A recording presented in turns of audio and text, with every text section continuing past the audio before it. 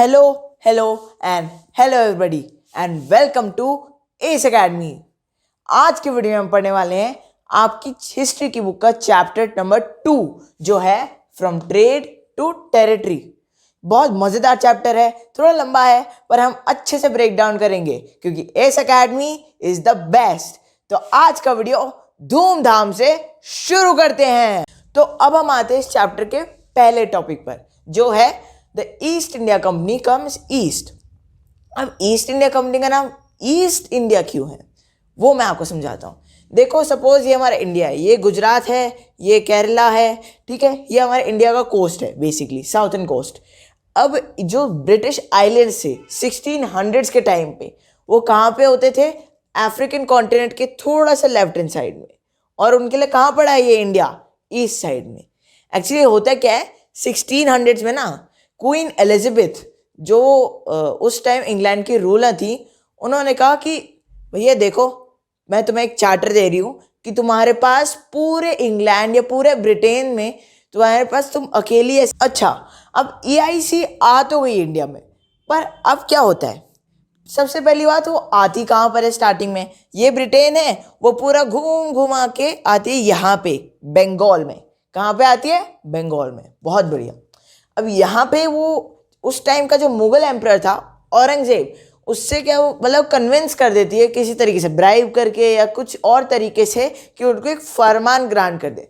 अब फरमान क्या होता है, फरमान होता है जैसे एक रॉयल वर्डिक्ट, एक रॉयल ऑर्डर कि अब तो ये होगा ही होगा। तो औरंगजेब ने एक फरमान ऑफ मतलब पब्लिश कर दिया करके कि भाई अब देखो ये हमारे साथ ट्रेड करेंगे, EIC हमारे साथ ट्रेड करेगी। तो ठीक है। अब पहले मैंने आपको बताया था कि कंपटीशन होता था बाकी सारी कंपनीज के साथ, जो फ्रांस से आती थी, पोर्टुगल से आती थी, है ना। तो अब क्या करना पड़ा, सबसे पहले तो उन्होंने ये जो रिवर है, ये कौन सा रिवर है, ये है हुगली रिवर। कौन सा रिवर है ये, हुगली रिवर। बहुत बढ़िया। हुगली रिवर के बिल्कुल साइड में कोस्ट पे उन्होंने बनाई ये एक टाइप के आप कह सकते हो फैक्ट्री, जिनको उस टाइम पे क्या कहते थे, फैक्टर। क्या कहते थे उस टाइम पे, फैक्टर। ठीक है। कब स्टैब्लिश हुई, 1651 में। अब क्योंकि कंपटीशन ज्यादा था, बचाना था फोर्ट्स को, तो उन्होंने फोर्टिफिकेशन कर दी। ये देख रहे हो आप, जैसे मैंने बनाया हुआ है, फोर्टिफिकेशन कर दी अराउंड दी फैक्टर। कब किया उन्होंने फोर्टिफिकेशन, 1669 में। अब देखो हमें तो पहले ही पता है कि EIC बहुत ग्रीडी थी, तो उन्होंने क्या किया, ये जो फरमान दिया था ना औरंगजेब ने, उन्होंने इसको मिस यूज करना शुरू कर दिया। कैसे किया मैं बताता हूं। फरमान इसलिए दिया गया था कि जो कंपनी है, कंपनी एज अ होल, कोई एक इंसान नहीं, company as a whole duty free trade कर सकती है। ठीक है भैया, ओके। पर अब जो कंपनी के ऑफिशियल्स थे, जो प्राइवेट ट्रेड करते थे, उनको तो टैक्स देना पड़ेगा, ड्यूटी तो देनी पड़ेगी, पर वो भी इस फरमान का नाम लगा लगा कर वो भी बिना ड्यूटी के ले लेते थे सामान। अब इसके लिए बंगाल के लिए स्टेट को बहुत लॉस हुआ, बहुत ज़्यादा लॉस हुआ। तो उसके फॉलोइंग ईयर्स में क्या होता है, जो नवाब बनते हैं, अब औरंगजेब लास्ट मुगल रूलर था, उसके बाद सारा डिस्ट्रीब्यूट हो गया लैंड, तो जहाँ के नवाब थे उन्होंने टेक ओवर कर लिया। तो अब कंपनी को इन नवाब के साथ कोऑपरेट करना पड़ा। तो सबसे पहला नवाब कौन था, मुर्शिद कुली खान, ठीक है। उसके बाद कौन है, अलीवर्दी खान, ठीक है। उसके बाद कौन है, सिराजुद्दौला। अब ये तीनों की तीनों ना बहुत पावरफुल रूलर्स थे। इन्होंने जो कंपनी को बोला कि भाई तुम ये जो फोर्टिफिकेशन तुम कर रहे हो ना, इसको करना बंद करो, ड्यूटी पे करो, जो तुम प्राइवेट ट्रेड में जो तुम ऐसे मतलब फ्री का वो कर रहे हो, अब तुम्हें शुरू करनी पड़ेगी क्योंकि औरंगजेब तो गया, ठीक है, उसके फरमान की अब कोई वैल्यू नहीं है, तुम ड्यूटी पे करना शुरू करो, ठीक है। और कंसेशन अब और मत मांगो, पहले तुम्हें बहुत कुछ दे दिया हमने।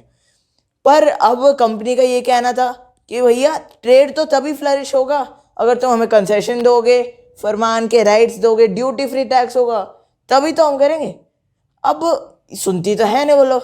तो यहाँ पे होती है सबसे पहले टेरिटरी की बात, यानी कि द वॉर और you can see the battle of Plassey. अब वो हम पढ़ेंगे अगले लेसन में, तो चलो चलते हैं। तो अब हम आते हैं into the battle of Plassey. अब बैटल ऑफ प्लासी क्या है, देखो हमें पता है कि अली वर्दी खान के बाद कौन आया, सिराजुद्दौला। जब अली वर्दी खान 1756 में मर गया तो सक्सेसर सिराजुद्दौला बहुत, मतलब जैसे मैंने बताया आपको पिछले टॉपिक में कि अली वर्दी खान, मुर्शिद कुली खान और सिराजुद्दौला तीनों बहुत, कह सकते हो आप, बहुत स्ट्रॉन्ग रूलर, बहुत पावरफुल रूलर्स थे जिन्होंने ब्रिटिश को ज़्यादा कंसेशंस दिए नहीं, क्योंकि मेन कंसेशन उनको क्या किससे मिला था, औरंगजेब से। क्या मिला था, फरमान। अब इस केस में उनको क्या मिलता है, कुछ भी नहीं। तो अब वो कंपनी क्या ट्राई करती है, उनको चाहिए होता है एक पपेट रूलर जो उनकी बात माने। तो वो क्या करती है, सिराजुद्दौला का कोई राइवल होता है तो उसकी हेल्प करती है कि वो मतलब नवाब बन जाए, तो वो हमें कंसेशंस ग्रांट कर देगा और मतलब बेनिफिट्स ग्रांट कर देगा। तो सिराजुद्दौला ने सुन लिया, तो उसने की लास्ट वार्निंग है भैया, देख लो अगर तुम दोबारा आए फिर कुछ बुरा हो जाएगा। तो वो बात नहीं माने। अब सिराजुद्दौला का बहुत हो गया था। वो कहाँ गया, कासिम बाज़ार एक जगह है जहाँ पे वो अपने 30,000 सोल्जर्स के साथ गया एक कंपनी फोर्ट को अटैक करने। ठीक है, उन्होंने सबको कैप्चर कर लिया, पूरे फोर्ट को आग लगा दी, दैट टाइप ऑफ स्टफ। अब उसके बाद ये चीज़ ब्रिटिशर्स को पता चलती है, तो अब ब्रिटिशर्स कहते हैं यार बहुत हो गया इसका भी, इसको हरा के रहना पड़ेगा। तो वो किसको भेजते हैं, रॉबर्ट क्लाइव को। कब भेजते हैं, 1757 में। वो कहते हैं कि यार अब इनको दिखाते हैं हम क्या किस चीज़ के बने। अब सिराजुद्दौला की आर्मी में एक आदमी था जो उसका मेन कमांडर था, मीर जाफिर। तो रॉबर्ट क्लाइव बहुत स्मार्ट था, उसने मीर जाफिर को ब्राइब कर दिया, और फिर उसके बाद कहा कि भैया देखो अगर तुम अपने नहीं लड़ोगे अपने मतलब सोल्जर्स के साथ लड़ाई, तो फिर तुम अगले बंगाल के नवाब बन जाओगे। तो आधे से ज़्यादा आर्मी तो सिराजुद्दौला की थी ही नहीं उसके साथ, बेचारा हार गया। अब मीर जाफिर को वो बना दिया, क्या कहते हैं, नवाब। अच्छा, तो ये बेसिकली था बैटल ऑफ प्लासी। बहुत धूमधाम से आप यूट्यूब पे और भी वीडियोस देख सकते हैं, क्योंकि बहुत सारी लाइव इनैक्टमेंट्स हुई है इसकी। तो अभी के लिए हम चलते हैं कि आफ्टर मैथ क्या थी इस बैटल ऑफ प्लासी की, देखते हैं। तो अब क्या होता है आफ्टर मैथ में, भैया होता क्या है हम बताते हैं ना। अब देखो, मीर जाफिर हमें पता है कि नवाब ऑफ बंगाल बन गया था, सिराजुद्दौला को असैसिनेट कर दिया बेचारे को आफ्टर बैटल ऑफ प्लासी। तो अब होता क्या है, अब देखो माना कि वो पपेट रूलर था, पर कुछ तो उसको अपना रूल जमा के रखना था अपने सब्जेक्ट्स के सामने। कभी कभी तो ना बोलना पड़ता था कंपनी को, ज़्यादा हाँ बोलता तो लोग कहते है कितना वीक किंग है। तो समझ रहे हो ना आप बात। तो उसको कभी कभी ना बोलना पड़ता था, पर कंपनी को बिल्कुल पसंद नहीं था। वैसे भी वो बेचारे से ₹500,000 रुपीज़ उससे हर महीने लेते थे अपनी वॉर्स को फाइनेंस करने के लिए।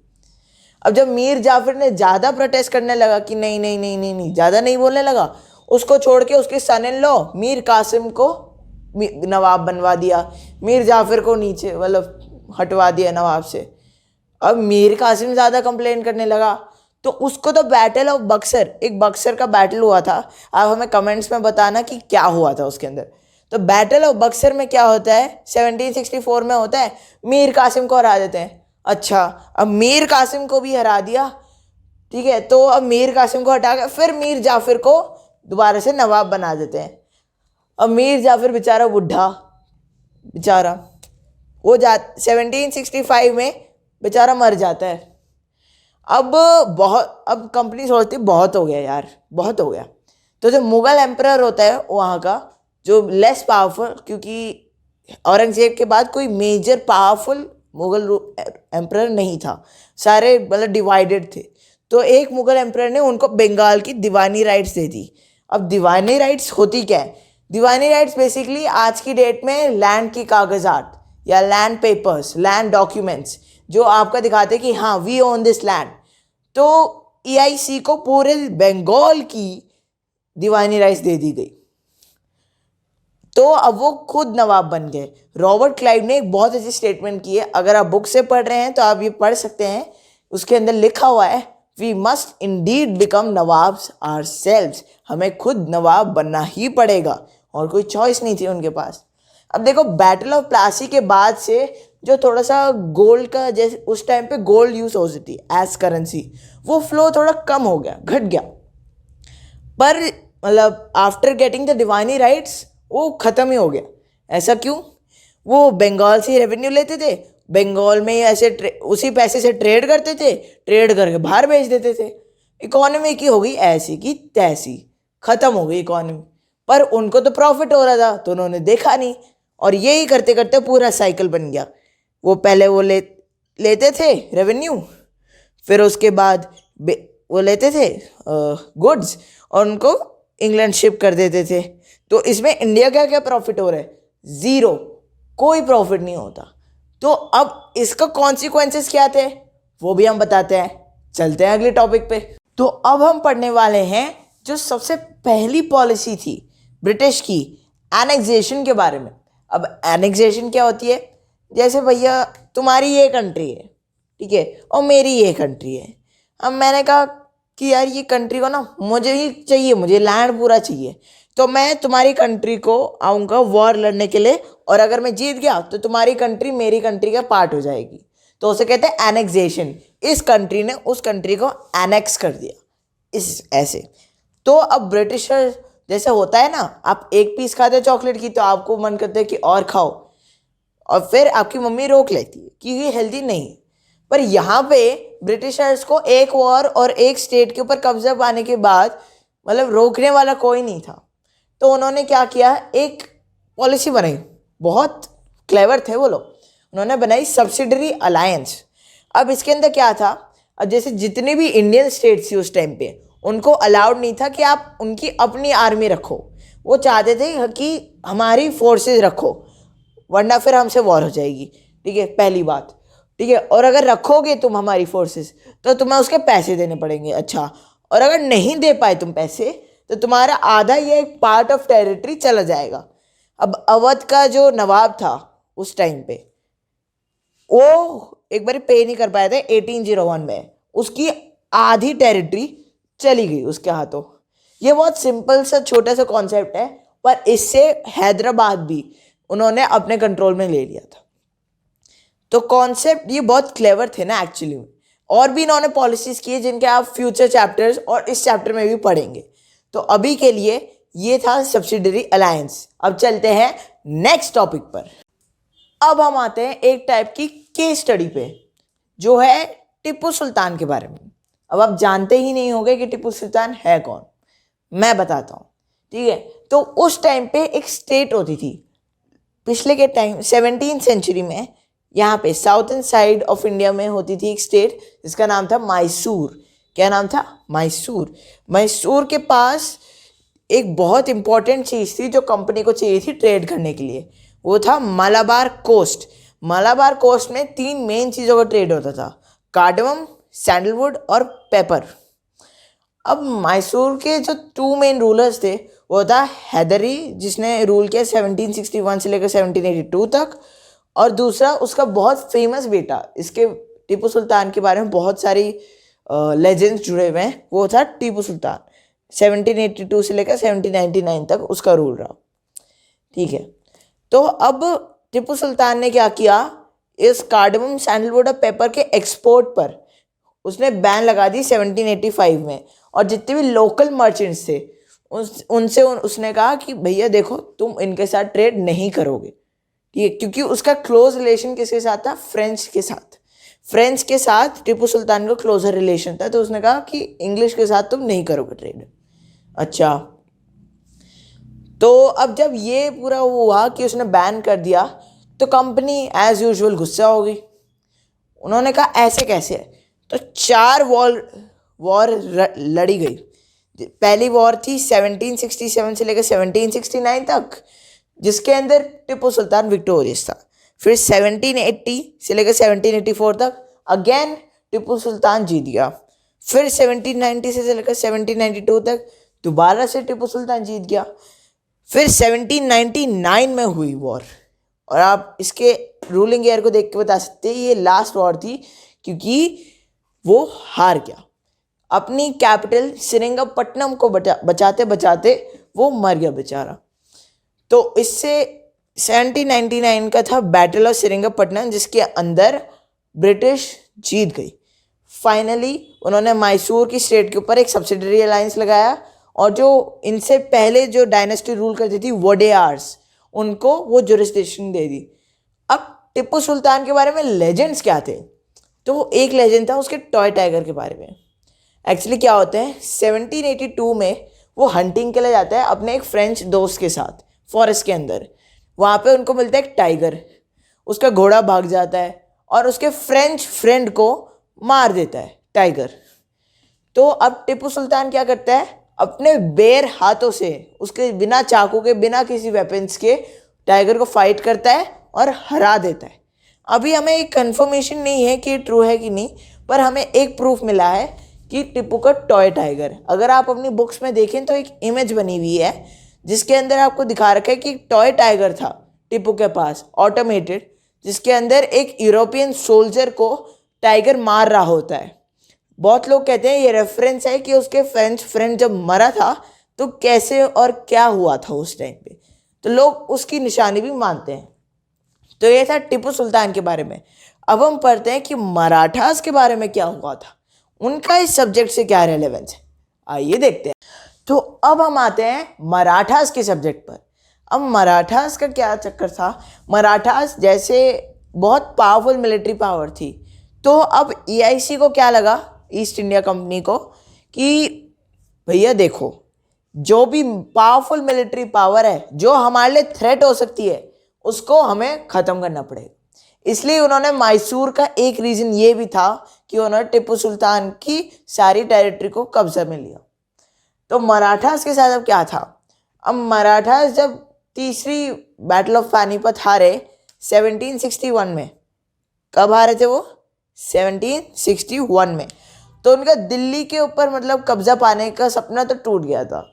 तो बहुत सारे अलग अलग उनके मतलब वो हो गए, क्या कहते हैं, पार्ट्स, अलग अलग टाइप की ट्राइब्स आप कह सकते हो, एग्जैक्टली ट्राइब्स नहीं पर मतलब फिगरेटिवली ट्राइब्स। तो ये सब आते थे पेशवा के अंडर कंट्रोल में, ये सब मिलके बनाते थे मराठास। अब क्या हुआ, तो ब्रिटिश ने देखा भैया ये बहुत बड़ी पावर है, इनको तो हराना पड़ेगा। तो 3 वॉर हुई। पहली वॉर एंड हुई 1782 में। कैसे एंड हुई, ट्रीटी ऑफ सलबाई, एक जगह है सलबाई, तो उस ट्रीटी की वजह से मतलब एंड हुई कि भैया चलो लेट्स नॉट मेक वॉर, ठीक है। फिर दूसरी वॉर हुई 1803 से लेकर 1805 तक। अब इसके अंदर ब्रिटिश विक्टोरियस थी, उन्होंने जितनी भी यमुना के नॉर्थ की टेरिटरीज थी, जैसे नोएडा में यमुना है, उसके नॉर्थ की टेरिटरी जैसे दिल्ली हो गया, आगरा हो गया, ठीक है, और उड़ीसा पे उन्होंने कंट्रोल पा लिया था। ये 3 टेरिटरीज अब ब्रिटिशर्स के पास थी।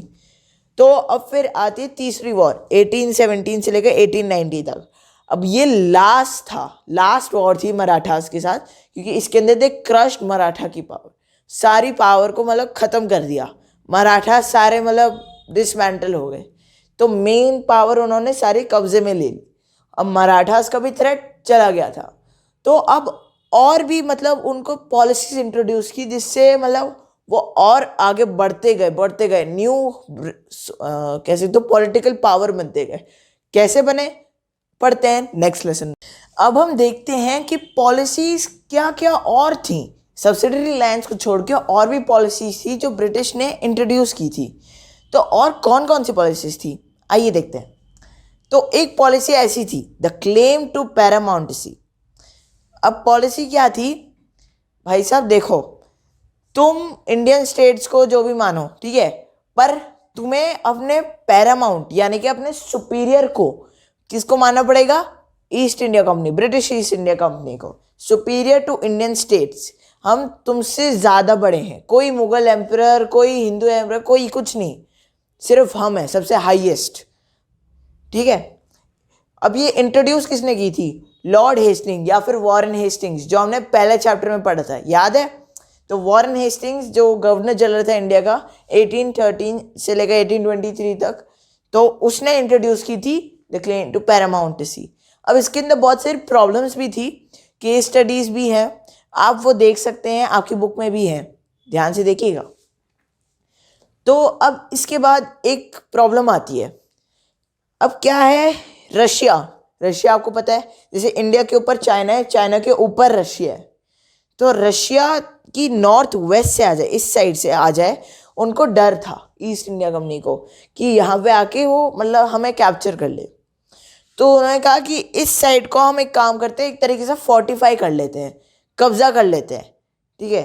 सबसे पहले उन्होंने कहाँ पे किया? अफगानिस्तान पे। अफगानिस्तान में 1838 से लेकर 1842 तक वॉर लड़ी और अपना एक इनडायरेक्ट प्रेजेंस, इंडिया से कंट्रोल वहाँ पे कर रहे हैं, प्रेजेंस बना ली कि भैया हम हैं अफगानिस्तान में, ठीक है। फिर सिंध को कैप्चर किया, फिर उसके बाद पंजाब को कैप्चर किया। पहले तो पंजाब को कर नहीं पा रहे थे, क्यों? क्योंकि एक बहुत पावरफुल रूलर था वहाँ पे जिसका नाम था महाराज रंजीत सिंह। पर आफ्टर हिज डेथ इन 1839 उन्होंने पंजाब को 1849 में 2 वॉर्स के बाद कैप्चर कर ही लिया। अच्छा जी, तो अब इतना सारा इन्होंने एनेक्स तो कर लिया, अब और ऐसी क्या पॉलिसी हो सकती है जिससे मतलब कैप्चर हो सके? ये पॉलिसी सबसे फेमस पॉलिसी है, और अगर आपने कोई भी एंशियंट हिस्ट्री की, इस टाइप की हिस्ट्री की मूवीज देखी है तो आप जानते हैं अगली कौन से होने वाली है। मैं बताता हूँ। अब आते हैं हम ब्रिटिशर्स की लास्ट पॉलिसी जिनसे उन्होंने स्टेट्स को एनेक्स किया था, यानी कि कैप्चर किया था। तो लास्ट पॉलिसी थी द डॉक्ट्रिन ऑफ लैप्स, और आपने इनडायरेक्टली इसके बारे में सुना होगा, मैं समझाता हूँ। तो ये सबसे पहले किसने इंट्रोड्यूस की? ये इंट्रोड्यूस की लॉर्ड डलहौजी ने। किसने इंट्रोड्यूस की? लॉर्ड डलहौजी ने। और इसके अंदर था क्या? बेसिकली था कि अगर किसी भी किंगडम के पास बायोलॉजिकल मेल हेयर नहीं है, यानी कि बेसिकली खुद का बेटा, नॉट अडॉप्टेड, खुद का अपना बेटा नहीं है, बेटी है पर बेटा नहीं है, तो कैप्चर हो जाएगा। अडॉप्टेड बेटा है तो कैप्चर हो जाएगा। तो ऐसा सबसे famous example doctrine of lapse का है झांसी की रानी। इट इज़ बहुत पुरानी स्टोरी है।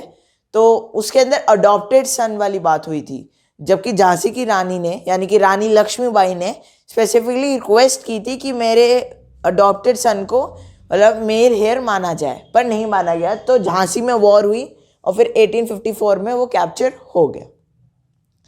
अब ये बहुत इंटरेस्टिंग चीज़ है क्योंकि ये लास्ट पॉलिसी थी जो एनेक्सेशन के लिए बनी हुई थी।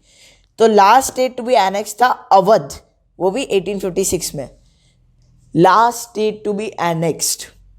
और इन्होंने किस ग्राउंड्स पे एनेक्स किया था? कि वो मिस गवर्नमेंट ऑफ नवाब से पीपल को बचा रहे हैं।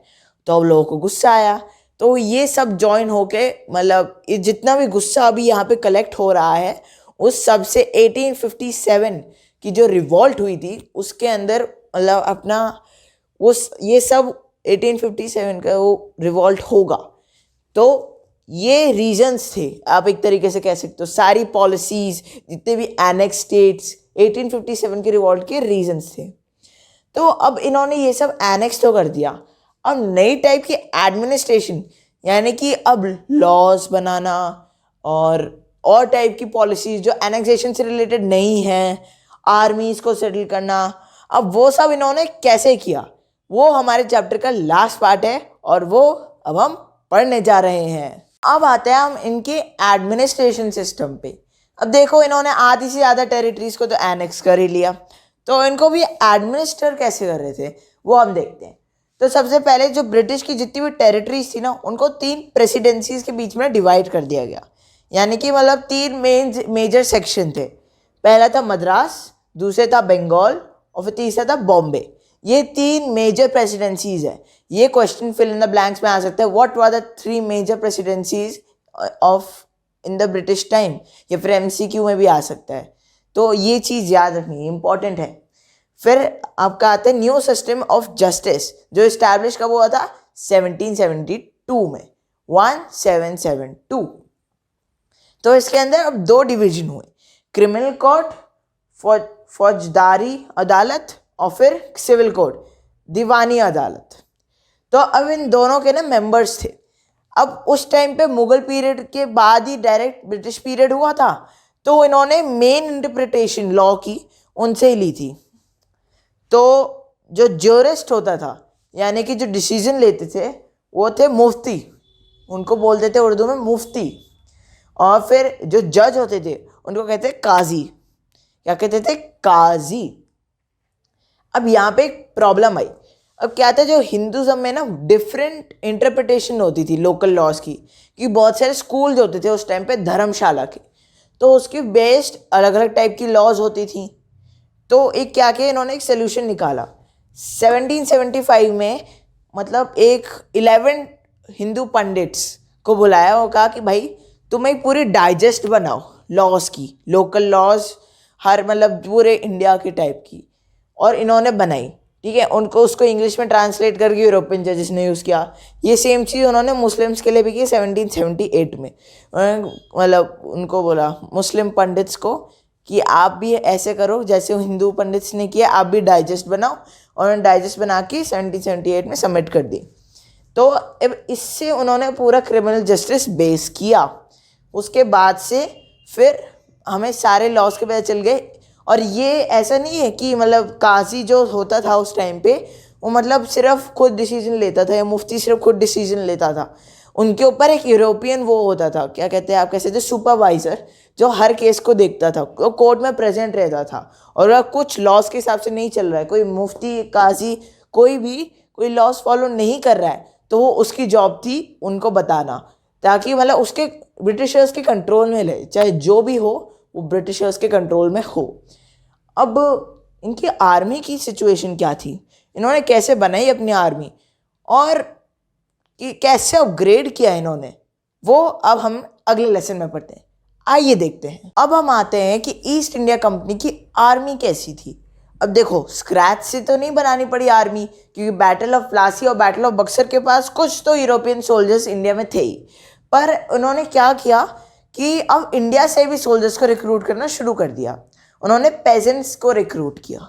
जैसे अवध और बनारस का जो 1820 में पैटर्न चेंज हुआ था, तो वो उसी पैटर्न को फॉलो कर रहे थे। पेजेंट्स को रिक्रूट कर रहे थे, उनको ट्रेन कर रहे थे। ठीक है, अब इन्होंने अपनी आर्मी को नाम क्या दिया, सिपोय आर्मी। सिपोय आर्मी कैसे, जैसे हिंदी में हम बोलते हैं सिपाही, सिपाही का मतलब क्या होता है, सोल्जर, तो इन्हें सिपाही से बना दी सिपोय, सिपोय आर्मी। तो सिपोय आर्मी थी ईस्ट इंडिया कंपनी की। अब 1820s में क्या होता है, 1820s में ड्यू टू टेक्नोलॉजिकल रेवोल्यूशन, जैसे अफ़गानिस्तान और इजिप्ट के जो सोल्जर्स थे, उनके पास एक टाइप की गन्स होती थी जिसको मस्किट्स कहते थे, मैच लॉक्स कहते थे। तो वो बहुत एडवांस थी करंट इन्फेंट्री के कंपेयर्ड। तो उनकी आर्मी की जो हालत थी वो डिक्लाइन होनी शुरू हो गई। तो अब धीरे धीरे उन्होंने क्या किया, वो अपग्रेड करते रहने थी। उसके अंदर भी पैसा लगता था, तो वो जितना रेवेन्यू वो कलेक्ट करते थे ना आसपास का, उसी से वो आर्मी को फंड करते रहते थे, उसी से वो ट्रेड करते रहते थे। तो ये इनका मेन आर्मी का था। अब आर्मी की जो फीलिंग्स थी, अब जैसे इनको बिल्कुल यूरोपियन स्टाइल डिसिप्लिन ड्रिल्स करवाई जाती थी। अब इसके अंदर मेनली उनकी कास्ट, उनके रिलीजन को इग्नोर किया जाता था। अब सिपॉयज को कैसा लगता था, कैसी फीलिंग आती थी, वो हम सब चैप्टर 5 में पढ़ेंगे। तो अब हम आते हैं चैप्टर के कंक्लूजन पे, यानी कि the end of the chapter. तो इस चैप्टर में हमने बेसिकली देखा कि ईस्ट इंडिया कंपनी कैसे ट्रेड करने आई थी और पूरी टेरिटरी पे काबू कर गई। पता है आपको, इस चैप्टर के स्टार्ट से लेकर एंड तक, हम एंड तक पहुंच चुके हैं, यानी कि 18, अभी टाइम पीरियड चैप्टर के हिसाब से चल रहा है 1857, यानी कि चैप्टर 5 की literal heading when people rebel. 1857 में द ग्रेट रिबेलियन शुरू हुआ था, वो हम चैप्टर 5 में पढ़ेंगे। पर आप देख रहे हो कि जैसे 0% से उन्होंने इंडिया के 63% लैंड पे कंट्रोल किया और 78% पॉपुलेशन पर, क्योंकि वो सिर्फ ट्रेड करने आई थी। इतनी पावरफुल आर्मी थी इनके पास, और मतलब इतनी पावरफुल, मतलब इनकी पावर थी। तो अभी एज ऑफ राइट नाउ 1857 में मतलब the EIC is ruling India. तो अब इसके आगे क्या होता है, 1857 में क्या होता है, ये सब हम मोस्टली पढ़ेंगे चैप्टर 5 में, पर चैप्टर 3 और 4 में भी इसकी कुछ ग्लिम्सेस होंगे। ठीक है, thank you so much for watching. Catch you next time in another video. Thank you so much. I am V, your SSC teacher, signing off.